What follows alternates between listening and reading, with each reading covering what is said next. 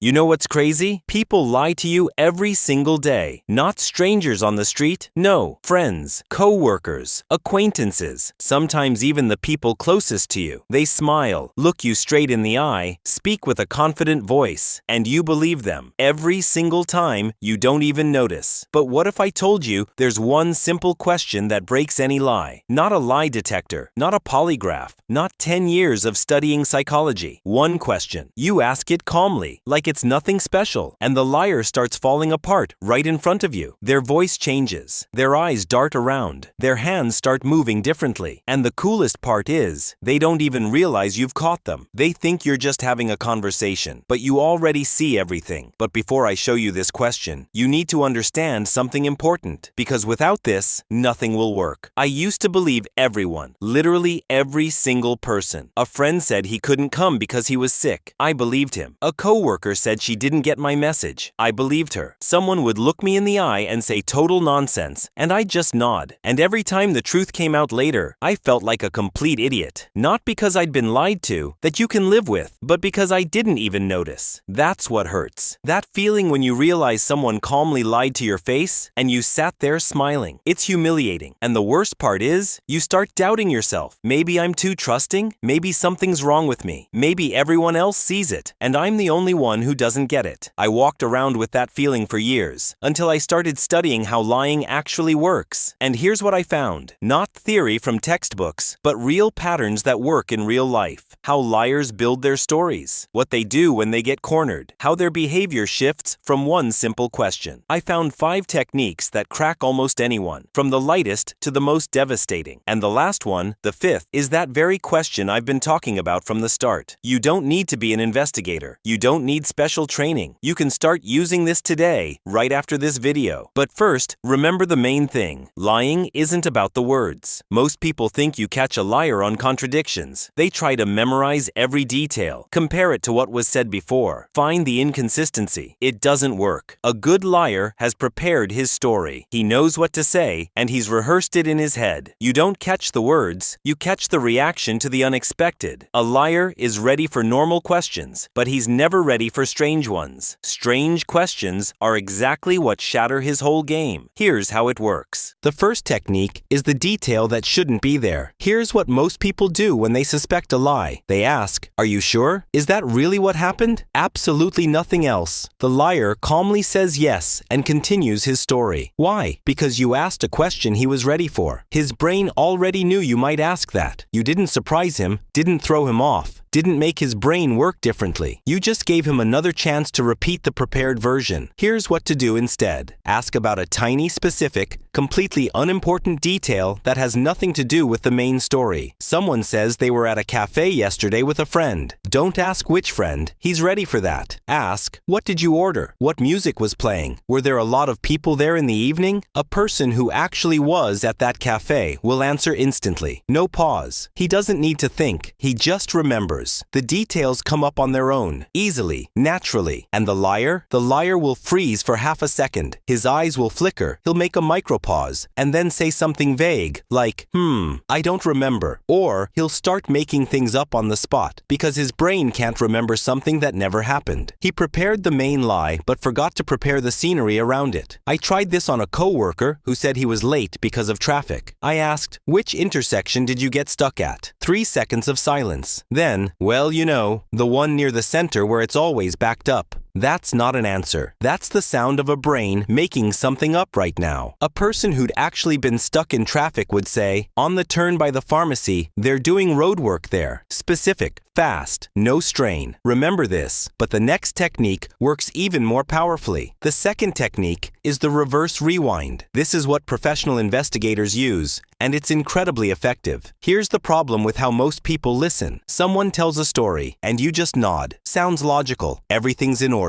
One thing leads to the next. It all seems to add up, and you think, okay, probably true. But here's the catch. The liar rehearsed his story from beginning to end, like a movie, scene by scene, frame by frame. He knows the order because he invented it. And real memory doesn't work that way. Real memory is chaos. Details surface randomly, out of order. Sometimes you remember remember the ending better than the beginning. So ask the person to tell the same story, but from the end. Say, wait, I got confused. What was the very last thing? And what happened right before that? And before that? A person telling the truth will calmly jump between moments. He switches easily because the memories are real. They live in his head as separate pieces. But the liar starts getting tangled. His story is a memorized text. Rewind it, and the text falls apart. He starts stumbling, changing details, adding things that weren't there before. Imagine a friend explaining why he didn't show up to meet you. He says, I left the house. My mom called. I got stuck in traffic. My phone died. Sounds normal, right? Now ask,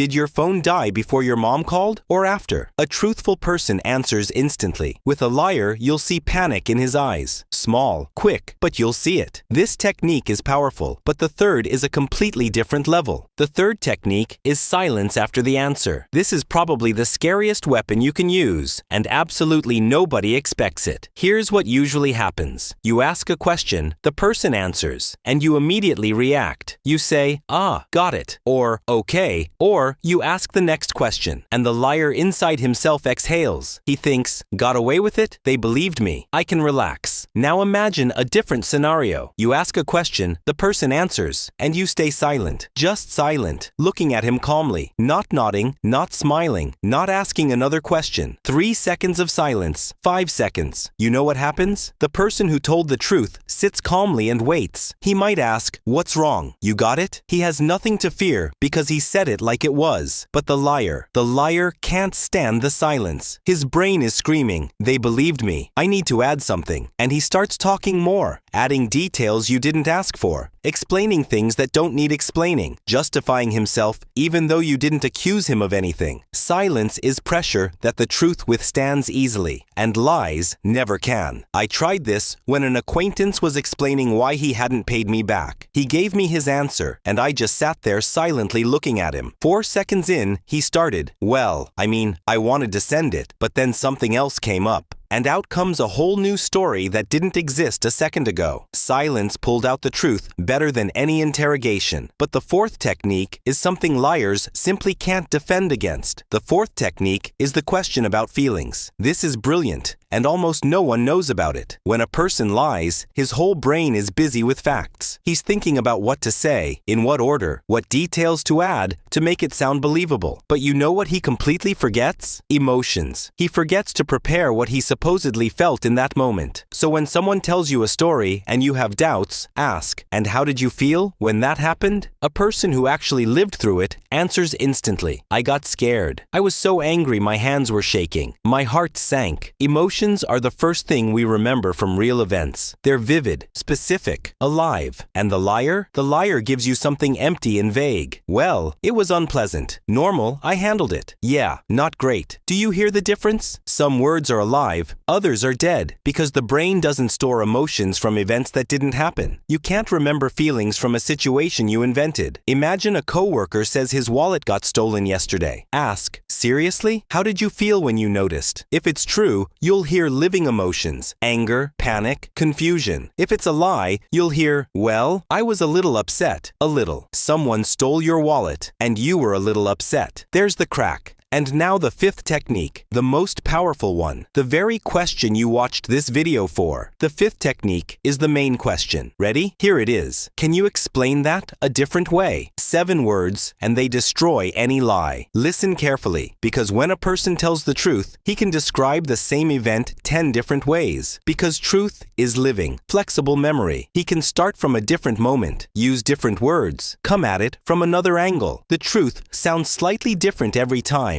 because it's real, but a lie is a construction. It's rigid, not flexible, like a memorized poem. A liar can repeat his story, but he can't rephrase it. When you say, explain that a different way, his brain panics. He doesn't know how to retell what he invented because his memory only holds one rehearsed version. And here's what you'll see. He'll start repeating the same exact words, the same phrases, almost word for word. Or he'll stop and say, well, I already explained everything. A person telling the truth never says that. He'll say, well, look, the point is, and tell you the same thing in different words, freely, easily, without the slightest strain. I used this for the first time when an acquaintance was telling me a tangled story about about why he didn't make it. Something about his car, repairs, some phone calls. I said, "Wait, I didn't catch that. Can you explain it a different way?" And he repeated absolutely the same thing, the same words, the same order, like a recording on replay. And I understood everything. The truth doesn't sound the same twice. A lie always sounds the same. Always.